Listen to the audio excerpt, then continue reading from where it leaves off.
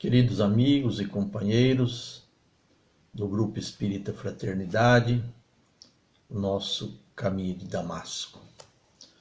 Hoje vamos aqui gravar mais um estudo daqueles que fazíamos presencialmente às segundas-feiras e dando sequência ao que já vimos fazendo nos últimos estudos, seguindo o livro A Voz do Monte, de Richard Simonetti, em que, sequencialmente, ele faz os comentários de alguns versículos do Sermão da Montanha. Hoje nós vamos estudar continuar estudando o Evangelho de Jesus segundo Mateus, capítulo 5, dos versículos 14 a 16. Diferentemente do que nós fizemos nos outros dias, lendo o que o Richard escreveu na mensagem. Nesse caso, ele intitulou O Brilho do Bem, que nós vamos usar como título do nosso estudo de hoje.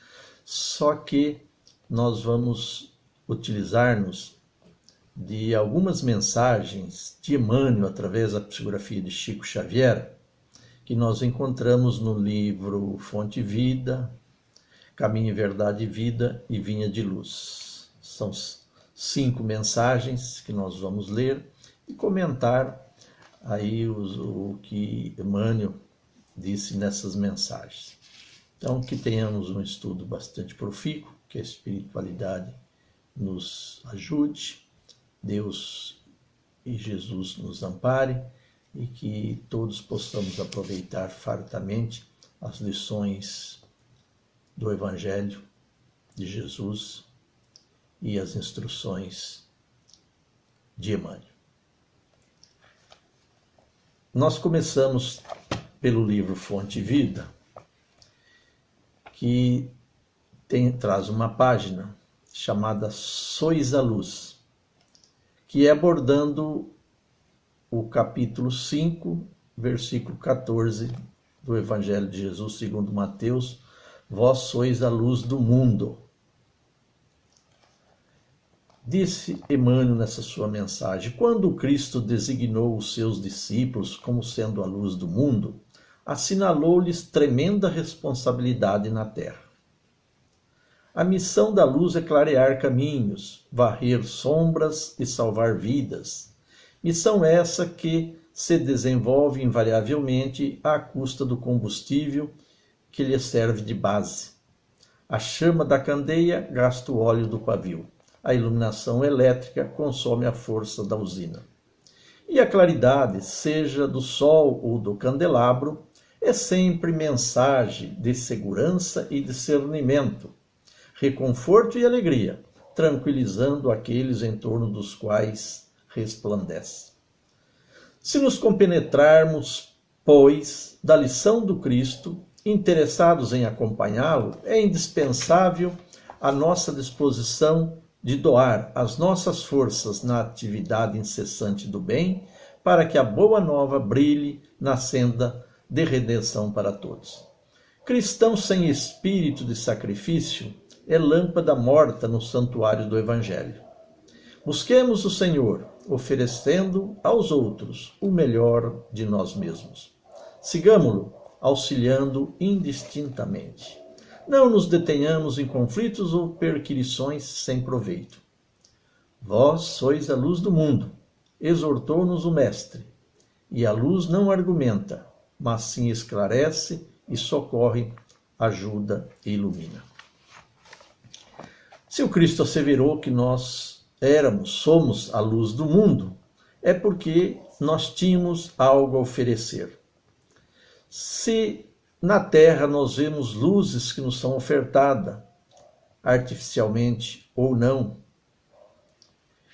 nós temos também a nossa participação para iluminar os caminhos da jornada humana, através daquilo que nós manifestamos no campo do bem, do trabalho edificante, do amor, da compreensão. Ele diz: se nos compenetrarmos, pois, da lição do Mestre, interessado em acompanhá-lo, doar nossas forças na atividade incessante do bem. Então, é por isso que Jesus nos disse que nós éramos a luz, vós sois as luzes, a luz do mundo, porque cada um de nós tem uma condição de colocar a serviço do bem comum algo de nós. E nem aqui estamos falando particularmente das coisas materiais. A luz do mundo que nós podemos e devemos colocar a serviço, ela é principalmente aquilo que nós fazemos através da moral, do exemplo, dos bons costumes, sobretudo na interação, na participação nossa no seio da sociedade aonde nós estamos envolvidos. É aí que devemos colocar a nossa luz, como Jesus disse, né? Sobre o candelabro, sobre o suporte, no alto, né? Não devemos reprimir, não devemos esconder o que nós temos de bom, o que aprendemos com Jesus, o que o Evangelho do Mestre nos ensina. Nesse particular, todos temos a nossa luz, uns mais, outros menos. E é na quantidade que cada um tem que nós devemos colocá-la a benefício de todos. Mais uma mensagem envolvendo aqui o capítulo 5 de Mateus, versículo 14, como este que nós lemos. Agora no livro Caminho, Verdade e Vida, lição 76, e o título é Edificações. Relendo o versículo, aqui mais extenso um pouco que o da Fonte Viva, da outra mensagem anterior. Vós sois a luz do mundo. Não se pode esconder uma cidade edificada sobre um monte.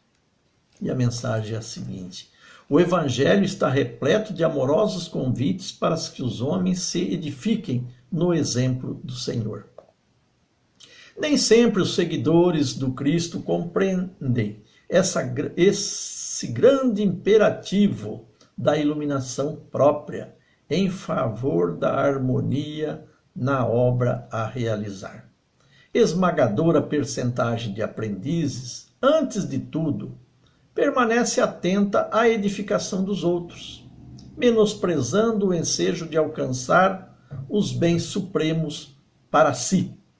Naturalmente, é muito difícil encontrar a oportunidade entre gratificações da existência humana, porquanto o recurso bendito de iluminação se esconde muitas vezes nos obstáculos, perplexidades e sombras do caminho. O mestre foi muito claro em sua exposição. Para que os discípulos sejam a luz do mundo, simbolizarão cidades edificadas sobre a montanha, onde nunca se ocultem, a fim de que o operário de Jesus funcione como expressão da claridade na vida. É indispensável que se eleve ao monte da exemplificação, apesar das dificuldades da subida angustiosa, apresentando-se a todos na categoria de construção cristã. Tal cometimento é imperecível. O vai-vem das paixões não derruba a edificação dessa natureza. As pedradas deixam-na intacta, e se alguém a dilacera, seus fragmentos constituem a continuidade da luz em sublime rastilho por toda parte, porque foi assim que os primeiros mártires do cristianismo semearam a fé. Edificações, porque Jesus falou da cidade construída sobre o monte, que poderia e seria vista por todos. Essa montanha, nesta mesma montanha, nós devemos construir as nossas edificações. Que edificações seriam essas? construir a nossa participação, a nossa colaboração, o nosso trabalho no bem. A fim de que o operário de Jesus funcione como expressão de claridade na vida, é indispensável que se eleve ao monte da exemplificação. Então, essa nossa construção representa o esforço, o exemplo que nós damos, que nós precisamos dar. Viver exemplificando. Apesar das dificuldades. A vida não é fácil. As lutas muitas vezes são difíceis. Mas cada um de nós possui as qualidades, os elementos para edificar a nossa construção. Ninguém está deserdado da misericórdia divina, de maneira que não tenha e não possa construir a sua edificação. E que ela não seja ocultada, que ela esteja sobre o monte, aonde ela pode realmente servir a outrem. Ele diz: tal cometimento é imperecível. Mas nunca foi fácil. Os primeiros mártires do cristianismo semearam a fé, deram testemunho do que acreditavam, no que confiavam no Mestre Jesus. Enfrentaram as feras, enfrentaram todos os obstáculos. E a vida, ainda hoje, assim se nos apresenta, com obstáculos a serem vencidos. Mas é na fé, na edificação e no esparzimento das luzes que cada um de nós detemos momentaneamente e que deve ser implementada a sua intensidade cada vez mais, mas não deixamos que por ela ser tênue ainda, nós não a possamos esparzir. É aquilo que temos, é aquilo que somos, é aquilo que conseguimos, é aquilo que já realizamos em termos de evolução espiritual, de luzes espirituais que nós devemos colocar a serviço de todos. Voltando ao livro Fonte Viva, nós temos aqui a mensagem, a lição, mensagem de número 81, agora abordando o versículo 15 do capítulo 5 do Evangelho de Jesus segundo Mateus. Ninguém acende a candeia e a coloca debaixo do módio, mas no velador, e assim alumia a todos os que estão na casa. A candeia viva é o nome desta mensagem, desta página de Emmanuel, que assim diz: muitos aprendizes interpretaram semelhantes palavras do Mestre como apelo à pregação sistemática e desvairaram-se através de veementes discursos em toda parte. Outros admitiram que o Senhor lhes impunha a obrigação de violentar os vizinhos através da propaganda compulsória da crença, segundo o ponto de vista que lhes é particular.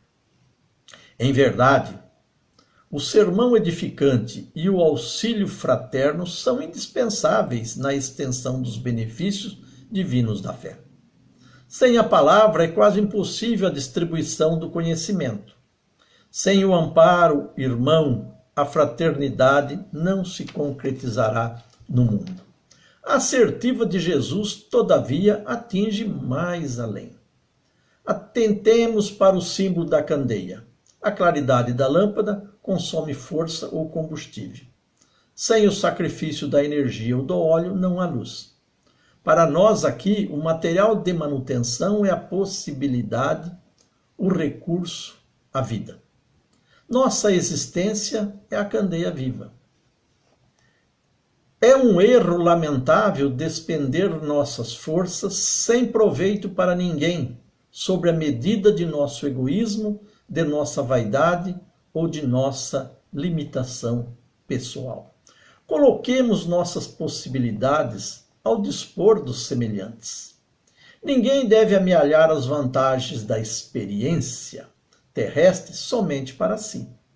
Cada espírito provisoriamente encarnado no círculo humano goza de imensas prerrogativas quanto à difusão do bem. Se persevera na observância do amor universal. Prega, pois, as revelações do alto, fazendo-as mais formosas e brilhantes em teus lábios. Insta com parentes e amigos, para que aceite as verdades imperecíveis.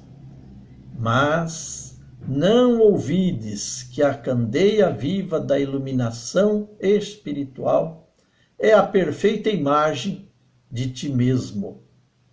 Transforma as tuas energias em bondade e compreensão, redentoras para toda a gente, gastando para isso o óleo de tua boa vontade, na renúncia e no sacrifício, e a tua vida em Cristo passará realmente a brilhar. A candeia viva. Então aqui Emmanuel nos exorta a sermos como aquela candeia que ele dizia não devia ser colocada sobre o alqueire, mas no velador, para que ela iluminasse todo o recinto. Então, ele fala que nós somos, o Emmanuel aqui nos trata como uma candeia viva. Nós temos a nossa luz, todos têm a sua luz, mas cada um de nós podemos colocá-la de forma produtiva, colaborativa, para o bem comum. Nossa existência é a candeia viva. Cada um de nós, aqui estamos para dar a nossa contribuição, para contribuir, para que todos possam ver, enxergar, compreender. Interessante Emmanuel exortando aqui que nós possamos levar, acender e distribuir a claridade da nossa candeia, da candeia viva que somos, junto daqueles com quem convivemos, mas, sobretudo, pela observância, difusão do bem, se persevera na observância do amor universal. Então, não nos atermos muito às palavras, como ele diz lá, querer convencer, fazer proselitismo. Mais do que isso, sim, a palavra é o meio, o veículo pelo qual nós propagamos nossas ideias. Mas mais do que propagá-las pela palavra, devemos, como já vimos anteriormente, propagá-las pelo exemplo. E nada mais do que começar, iniciar junto daqueles que estão próximos de nós. Família, parentes, amigos. Não precisamos ir muito longe, muito além. Nós temos ensejo, temos oportunidades bastantes no dia a dia, na convivência com nossos irmãos de jornada. A candeia viva somos nós a esparzir luzes. Devemos ser nós a esparzir luzes, aquela que temos, como dissemos atrás, aquela que já angariamos, mas que ela não seja e não esteja tão somente para beneficiar a nós mesmos, mas a todos. Vamos retornar aqui ao livro Caminho, Verdade e Vida, agora para estudarmos aqui o versículo 16, desse capítulo 5 do Evangelho de Jesus segundo Mateus. Assim resplandeça a vossa luz diante dos homens. É a lição de número 180 e o seu título é façamos nossa luz. Diz-nos Emmanuel. Ante a glória dos mundos envolvidos nas esferas sublimes que povoam o universo, o estreito campo em que nos agitamos, na crosta planetária, é limitado círculo de ação.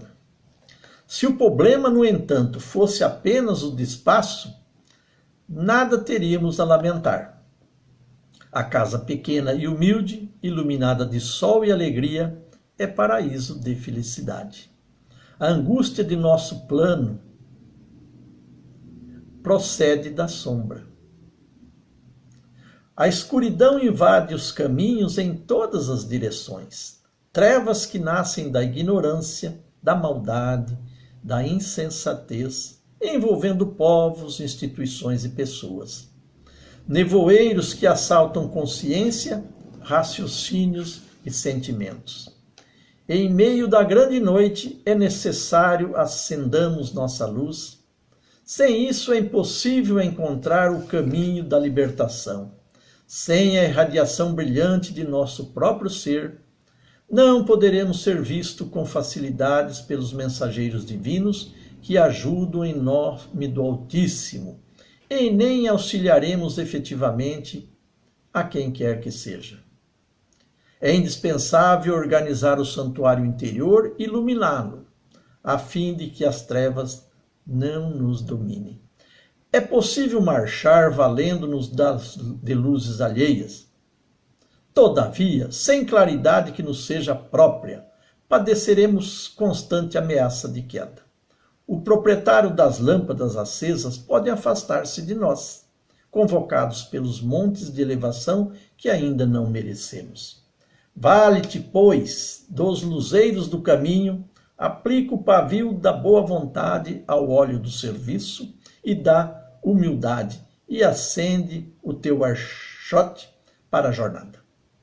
Agradece ao que te ilumina por uma hora, por alguns dias ou por muitos anos, mas não ouvides tua candeia, se não desejas resvalar nos precipícios da jornada longa. O problema fundamental na redenção, meu amigo, não se resume a palavras faladas ou escritas. É muito fácil pronunciar belos discursos e prestar excelentes informações, guardando embora a cegueira nos próprios olhos. Nossa necessidade básica é da luz própria, de esclarecimento íntimo, de autoeducação, de conversação substancial, do eu no reino de Deus. Pode falar maravilhosamente acerca da vida, argumentar com brilho sobre a fé, ensinar os valores da crença, comer o pão da consolação, exaltar a paz, recolher as flores do bem, aproveitar os frutos da generosidade alheia, conquistar a coroa efêmera do louvor fácil, amontoar títulos diversos que te exortem a personalidade em trânsito pelos valores do mundo. Tudo isso, em verdade, pode fazer o espírito que se demora indefinidamente em certos ângulos da estrada. Todavia, avançar sem luz é impossível. Façamos nossa luz. Nós podemos e valemos-nos das luzes alheias de todos aqueles que colaboram, porque se nós estamos exortando que a nossa luz seja levada ao bem comum, com certeza também aproveitamos das luzes alheias. Mas não vamos ficar esperando somente a luz de outrem para a nossa caminhada, porque nem sempre ela pode ou estará à nossa disposição. É necessário que nós façamos a nossa luz. É a nossa luz, principalmente a nossa luz, a luz própria, que nos ilumina o caminho, que nos ilumina a vida. Então, a bem de nós mesmos. Busquemos fortalecer. Vamos colocar combustível nas nossas luzes, através da prática do bem, da vivência cristã.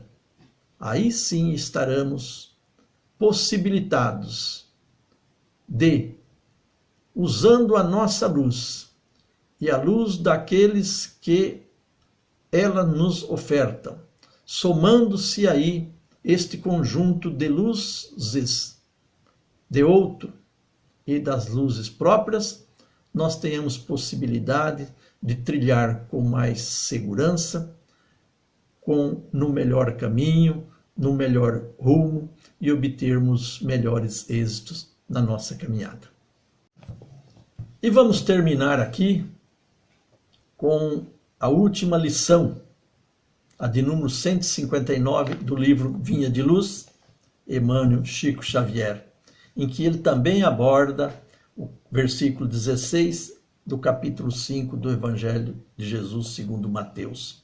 Assim resplandeça a vossa luz diante dos homens, para que vejam as vossas boas obras e glorifiquem o vosso Pai que estás nos céus.